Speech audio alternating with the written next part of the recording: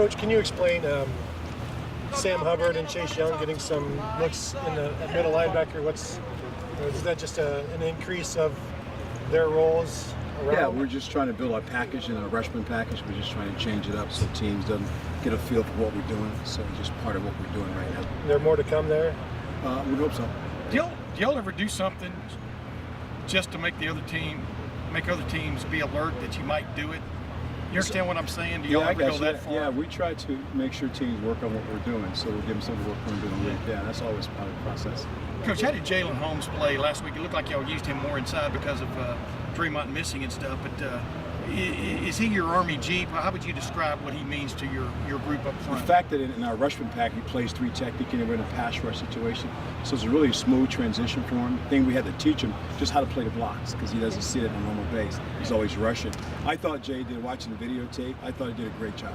For the first time going there, being able to do the adjustment he had to make, playing 3 technique, I thought it was a great job. I'm really pleased that he played really well for us. Does he cross-train at that position regularly in practice against the run?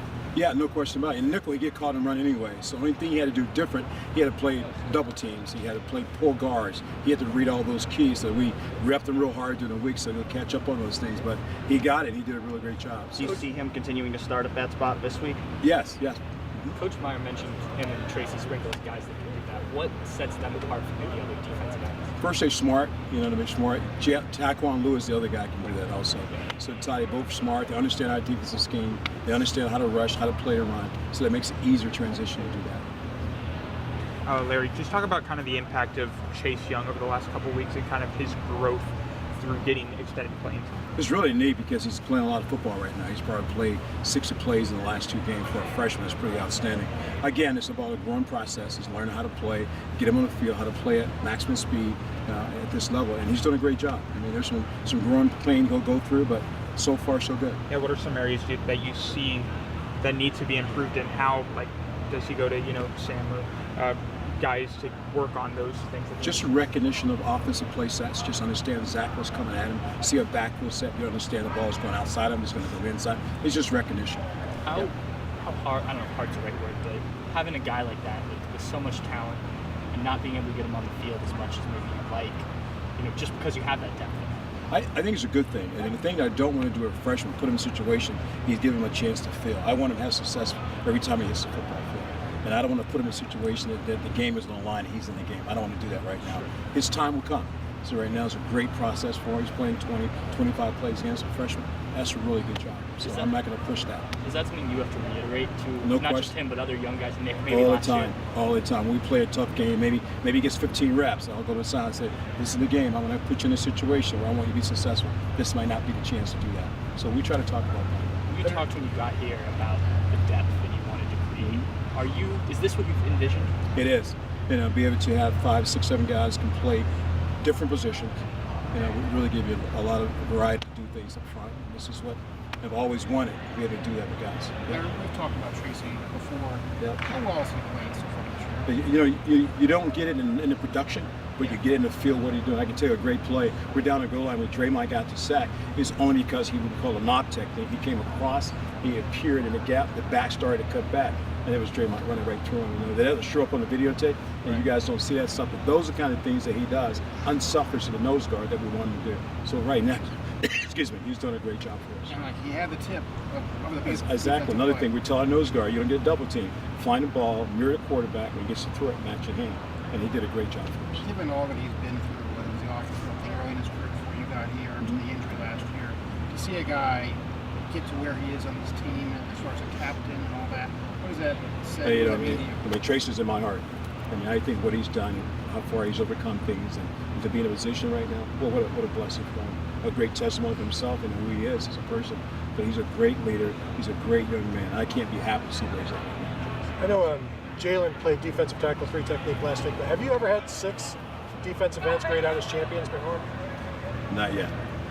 We just had past summer. I think because the young guys play so well in their moments, I had a reward. I thought it was a good chance to reward them. But no, I never had that before. Yeah. You feel good about where that defensive tackle depth is, even with Draymond being out this week? I do. I think we got enough guys there that we can move around and change the numbers we want to. But I feel pretty good. We'll be able to play next week with the same kind of guys. how pleased have you been with guys like Jay Sean and Davon and Haskell, the way they've come along this year? That's the reason why the depth is so good, because those guys are starting to play well. Devon, I thought, had a great game. Haskell, a young player, is going to be a really great player in the future. You know what I mean? And BB Landers, another guy inside, is really doing a really great job for us. So I think those guys really complement each other when they go on the field. People talk so much about Chase Young. Jonathan Cooper's been playing a lot too. He might get a little bit overlooked. How pleased have you been with his growth this They're year? really pleased. You know, you watch Jonathan from the backside. If the ball is running away from him, boy, he's running to it. And I like his energy. I like how fast he plays at the line of scrimmage. And again, he's another guy that's kind of unsung, but he's a guy we really count on to give us reps. When it comes to defensive line recruiting, obviously you got a B team. How do you sell, a highly touted kid that there's a very good chance he's not going to play for a year or two? Well, I don't sell him that. I tell a guy I tell him the truth. There'll be opportunity we play 10 guys, so we play 4 defensive ends. So you get into 2 deep rotation, you're going to play. If you've got a special skill set, you're going to find a way to use that. So it might be nickel, might be third down. It's hard to tell a freshman to come in with a red shirt unless he's just not ready. One of the main things that Maryland does very well is they rush the ball. Number 3 in the Big Ten. What do you see from watching tape of Maryland, and how do you see your guys on rush defense, especially coming off of? I think the 2 running backs are dynamic. I think they both got great vision. They can cut on a dime. We've got to do a great job of holding our gaps. We can't jump out of gaps, and we've got to play run well and just hold the gaps. I think that's the biggest thing. It's when they make yards when we guys jump out of gaps, don't hold the edges. So we've got to do a great job holding the edges, standing out of gaps.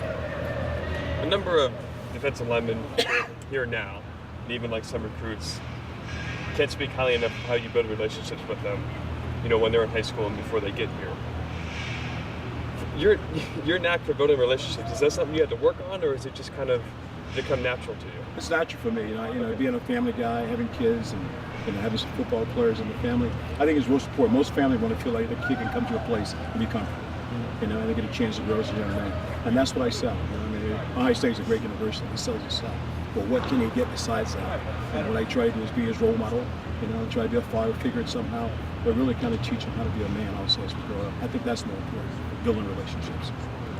Is it amazing, as a coach, that you've got all these, anything X's and O's wise almost that you want to do, you can do, because you have such a wide variety of athletes and also guys who can handle anything you throw at them. I mean, what's that like? That's really funny. You can really take the puzzles and move it a little bit.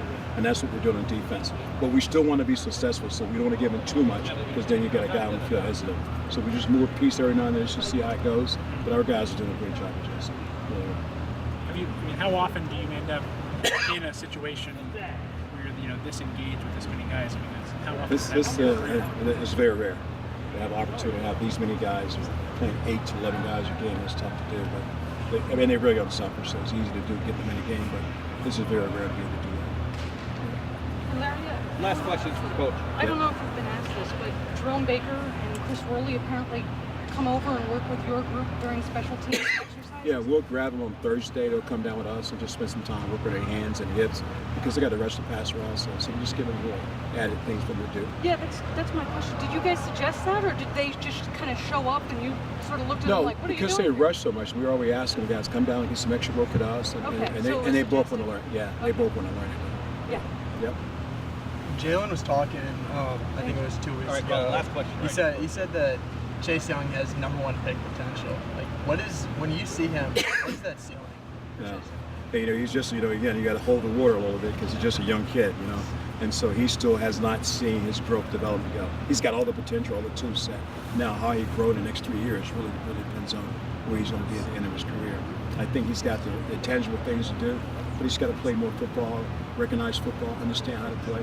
He's just a freshman, so you've got to be careful not to push him too hard, give him a chance to be successful, and that's what we're trying to do. Great. Coach, thank you very much. You got it, guys.